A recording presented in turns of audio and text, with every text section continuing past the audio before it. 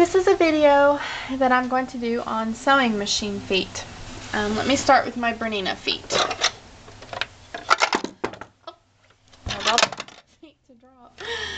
First, since this is the one that fell, this is my walking foot. It's sometimes called a quilting foot. Most people call it the walking foot though. It is probably the most expensive foot in here. It's not one that would come with the machine. My mom blessed me with mine. She happened to have an extra one because she's got more than one Bernina machine. A very useful foot though. Not necessary, not by any stretch of the imagination, but very nice. It really helps give you good control. Very good for quilting, but actually it's also good for other regular sewing, especially if you're doing something where layers want to shift on you. Very nice to have. This usually will come with your machine. It's your buttonholer foot. Your foot may look different depending on your machine. Mine has like a little optical eye and it allows it to do one step and also remember the buttonholes, the size of them. Very important to have your buttonhole foot if you don't have one. You could theoretically get by without it, but it's going to be awkward. This foot is a 1/4 inch quilting foot with a guide. There's some that don't have the guide, some do. I love this foot, very useful. Not necessary, but just a handy foot to have. It can allow you to do a perfect 1/4 inch top stitch too. This is my invisible zipper foot. I wasn't sure for a second. It's not one I use a whole lot because I don't really put zippers in a whole lot.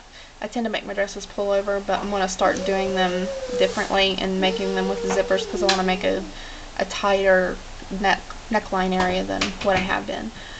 But very nice. If you're going to do invisible zippers all the time, this foot is your friend. It really does make invisible zippers a whole lot easier. Again, I think it is that foot. I could be wrong. This is the regular zipper foot. A regular zipper foot is very essential. You can use it for a lot of other things other than just zipper foot. You know, maybe tacking on cording, many different things. But you really need a zipper foot of some sort to do a regular type of a zipper. That is a button sew-on foot. Useful if you tend to a political call. If you tend to do whole lots of buttons of the exact same type, maybe you're doing lots and lots of blouses, I would say that's very useful to have. I tend to like to sew my buttons on by hand though. That's a embroidery or darning foot. Currently I don't think I've really used it on my Bernina yet, but there will be times when I probably will. Not necessary.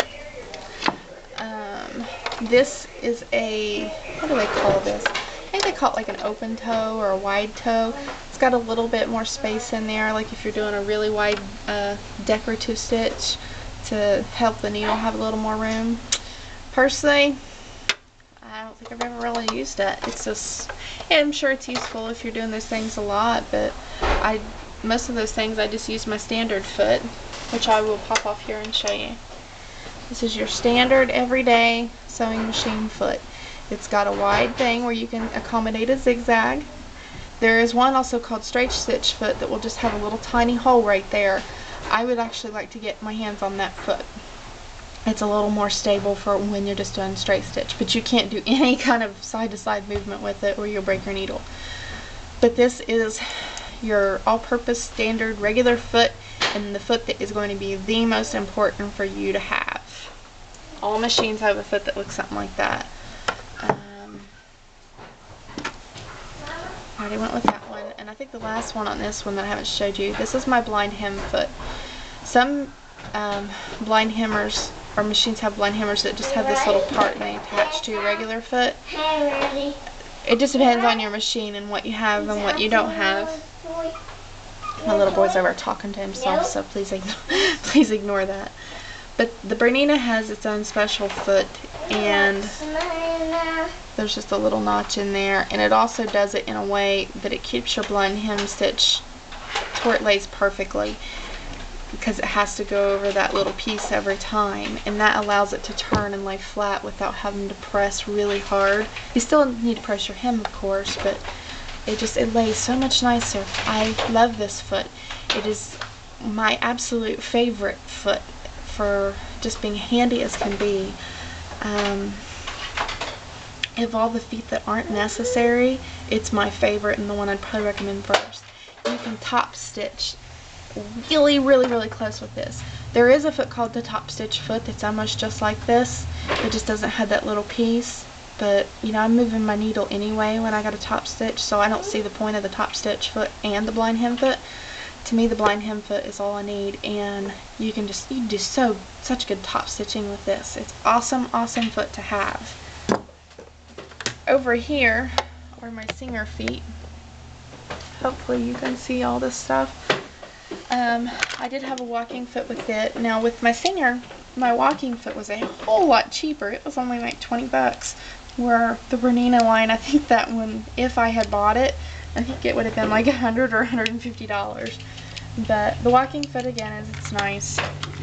This has a quilting bar guide that can attach in and help you guide if you're like trying to get rows spaced really far apart. Now my Singer, I had a couple pieces that I don't have with my Bernina yet, or just haven't had the need yet. Pin tuck foot. If you put like a twin needle on, it will create those little pin tucks that you see with heirloom sewing. I don't at all consider this a necessary foot, but probably would be if somebody does plan on heirloom sewing. That's kind of, it's a clear version of the open toe embroidery or darning foot. One I don't often mess with. A rolled hem foot is something you may see part of packages or may be a part of your machine's package. Some people adore and love this foot because it will turn narrow hems for shirt tails. In fact, some people call it a shirt tail hemmer. Just depends. Personally, I have never got the hang of this foot. I would love for it to do what it wants to do, but stuff always goes off and it doesn't lay as neatly and evenly as if I'd done it myself manually by hand. So, you know, feel free to try it if you like it. Hopefully it'll work out better for you. That's the buttonholer for my Singer. Yeah, there's a plastic one too. You can see very different because my Singer's got a little attachment somewhere that I can do snap-on feet, and that's a snap-on. That's low shank style. That is a seam guide that you can screw down to the base of your machine, and with your fabric guide, and that kind of helps you hold it straighter if you're not used to it.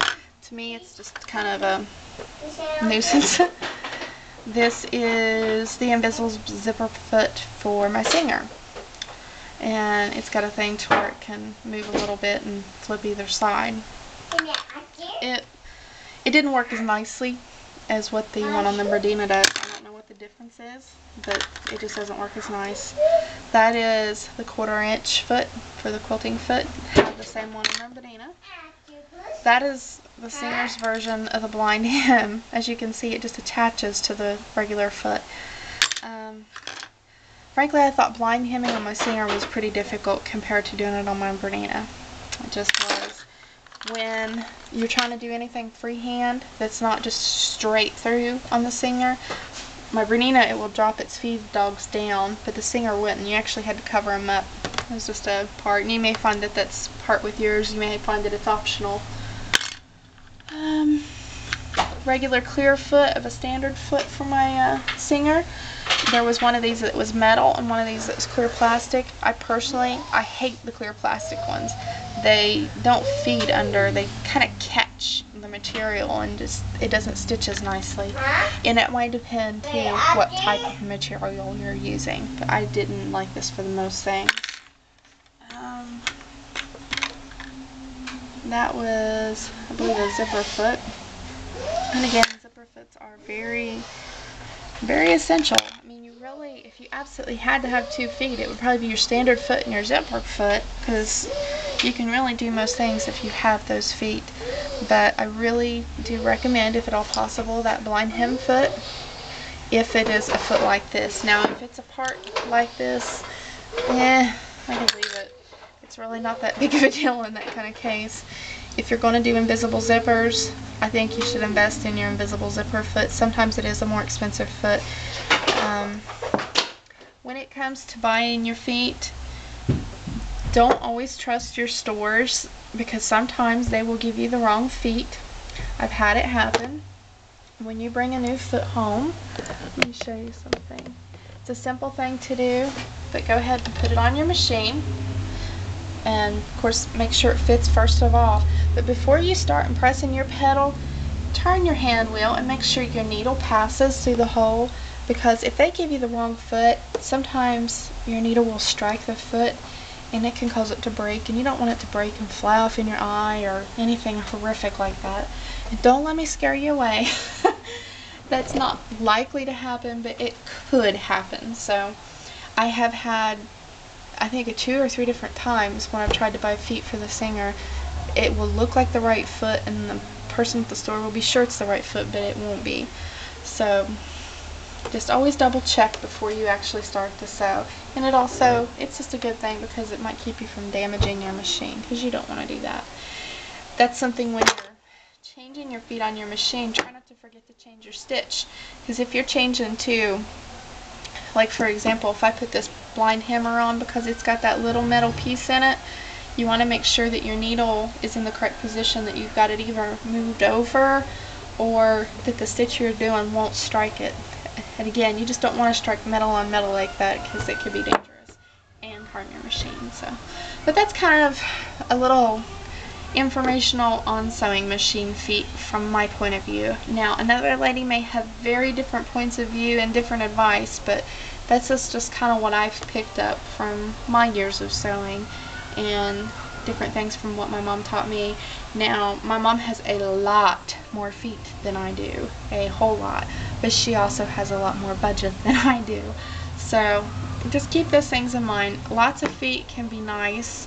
There's several feet that I have that I don't really use that often, but there's those few core feet. Now, your standard foot, I use my blind hammer constantly. I use my top stitch foot a lot. I think the invincible zipper is pretty important. The zipper foot I think is vital. I think if you have those feet, you can do most things. Oh, your buttonholer, I'm sorry. The walking foot's highly useful too, but not necessary. But I mean, there's just so many things that you can do there. And I can easily see some of you sisters maybe walking in innocently into your sewing machine stores, and I think a lot of times the ladies that run these stores are good, honest folk, but you never really know, and I don't want you to be too taken advantage of when they recommend that, you know, you buy 20, 30 feet that you don't need, because believe me, sewing machine feet can really, really add up. So, but the good thing is once you got them, unless you totally lose them, you'll have them, and you'll have them for the life of your machine. So in general, there's nothing else I can think of, but if you have any questions, please email me. Have a blessed day.